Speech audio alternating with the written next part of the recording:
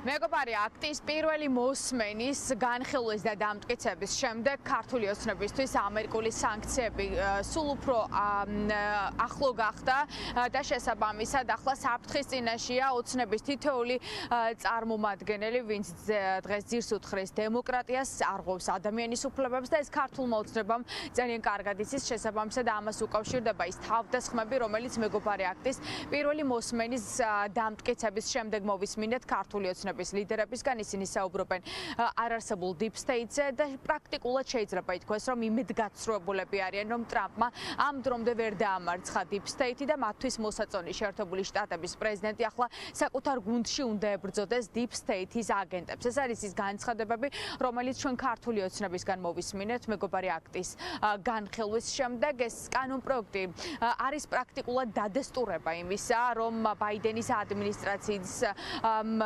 შემდეგ უკვე ტრამპის ადმინისტრაციას გააგრძელებს ოცნების რეჟიმის პოლიტიკას და რომ არაფერი რეჟიმის წინააღმდეგ სასანქციო პოლიტიკას და ამერიკის შეერთებული შტატების მხრიდან მიდგომა ქართული ოცნების მისამართით არ შეიცვლება. კანონპროექტი არის ძალიან მწვავე და მკაცრი, შეიძლება ითქვას, რომ ასეთი მძიმე აქტი ამერიკის შეერთებული შტატების კონგრესში საქართველოს შესახებ არასდროს განხილულა და არც კი დამტკიცდება და ამ კანონპროექტის მიხედვით უნდა დაისაჯოს ყველა ის ადამიანი, რომელიც ძალადობდა მშვიდობიან დემონსტრანტებზე, ზოგის სანქციებით, ზოგის ციხეში ჩასმას ითხოვენ ამერიკელი სენატორები, ვინც არღვევს ადამიანის უფლებებს და უნდა მოხდეს ყველა პოლიტიკური პატიმრის გათავისუფლება, ვინც მიმდინარე აქციების დროს ქართული ოცნების პოლიციამ უკანონოდ დააპატიმრა. შესაბამისად ამ აქტის განხილვით და დამტკიცებით პრაქტიკულად ქართულმა ოცნებამ ასე ვთქვათ ყველანაირი იმედი დაკარგა, რომ რამე შეიცვლება,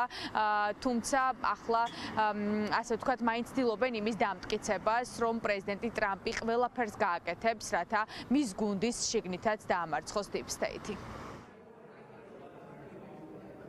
რადგანაც სენატის კომიტეტმა მხარი დაუჭირა მეგობარ აქტს, ჩვენ მხოლოდ დროის საკითხია ამ კანონპროექტის უკვე მიღება შესაბამისად და მისთვის სამოქმედო ძალის მინიჭება, რაც ნიშნავს იმას, რომ უახლოეს მომავალში ამერიკის შეერთებული შტატების ადმინისტრაცია დავალდებულებული იქნება, რომ დაიწყოს სანქციების ახალი პაკეტის შემოღება რეჟიმის წინააღმდეგ. შაჰინის განცხადება, რომ ეს არის არაკონსტიტუციური ფაქტიურად ხელისუფლება, ეს არის კიდევ ერთხელ დადასტურება იმის, რასაც ჩვენ ვამბობთ, რომ დღეს ქვეყანაში მიტაცებული აქვს ძალაუფლება არალეგიტიმურ რეჟიმს, რომელსაც არანაირი აღიარება არ ექნება არც ქართველი ხალხისგან და არც საერთაშორისო ასპარეზზე. აქტი არ არის რაღაცა ერთგვარი განცხადება ან რეზოლუცია თუნდაც, ეს არის საკანონმდებლო ნორმა, ანუ შეერთებული შტატების კანონი, რომელიც სავალდებულო იქნება ნებისმიერი აღმასრულებელი ხელისუფლების წარმომადგენლისთვის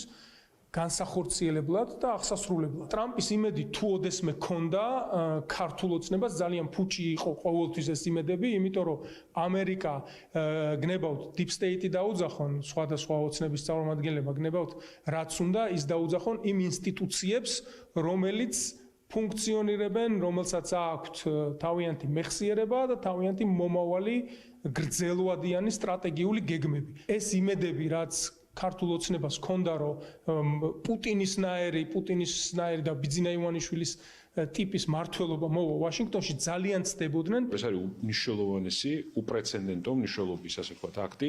საგარეო კომიტეტზე ამის დამტკიცება ნიშნავს, რომ ჩვენ უბრალოდ დროის საკითხია, როდის მიიღებს ეს საბოლოო ასე ვთქვათ კანონის სახეს, მაგრამ ამით ჩავთვალოთ, რომ ამერიკის განახლებული საგარეო პოლიტიკა უკვე განსასრულია. ამიტომ არის ასეთი შეშინებული ქართული ოცნება, ამიტომ ძალიან კარგად იცის, რომ მძიმე დღეშია და 1000 სიგიჟეს მოიგონებს ახლა იმისთვის, რომ ეს რეალობა დაუმალოს ქართულ საზოგადოებას. მას შემდეგაც მეგობარი აქტმა საგარეო საქმეთა კომიტეტის ხდომაზე პირველი მოსმენა წარმატებით გაიარა. ჩვენ ვნახეთ სრული მთელი ასე ვთქვათ თავდასხმა ქართული ოცნების რეჟიმის მხრიდან ამერიკელ სენატორებზე და კონგრესმენებზე. მათ იერიში მიტანეს არა მხოლოდ დემოკრატებზე, არამედ პრეზიდენტ ტრამპის გუნდის წევრებზეც, მიუხედავად იმისა, რომ სწორედ დონალდ ტრამპის იმედი ჰქონდა ქართულ ოცნებას, რომ შეიცვლებოდა მიდგომები საქართველოსთან მისამართით, თუმცა ახლა აგენტებს უწოდებს უწოდებენ ქართული ოცნების წევრები, როგორც რესპუბლიკელ, ასევე დემოკრატ სენატორებს და ამტკიცებენ, რომ ეს არ არის მეგობარი აქტი, ეს არის ქართველი ხალხის მტრობის აქტი და ამ აქტის დამტკიცებით ამერიკის შეერთებული შტატები ცდილობს, რომ რაიმე ფორმით დესტაბილიზაცია შემოიტანოს საქართველოში. მეგობარი აქტი ცოტა ღიმილის მომგვრელია მისი შინაარსიდან გამომდინარე.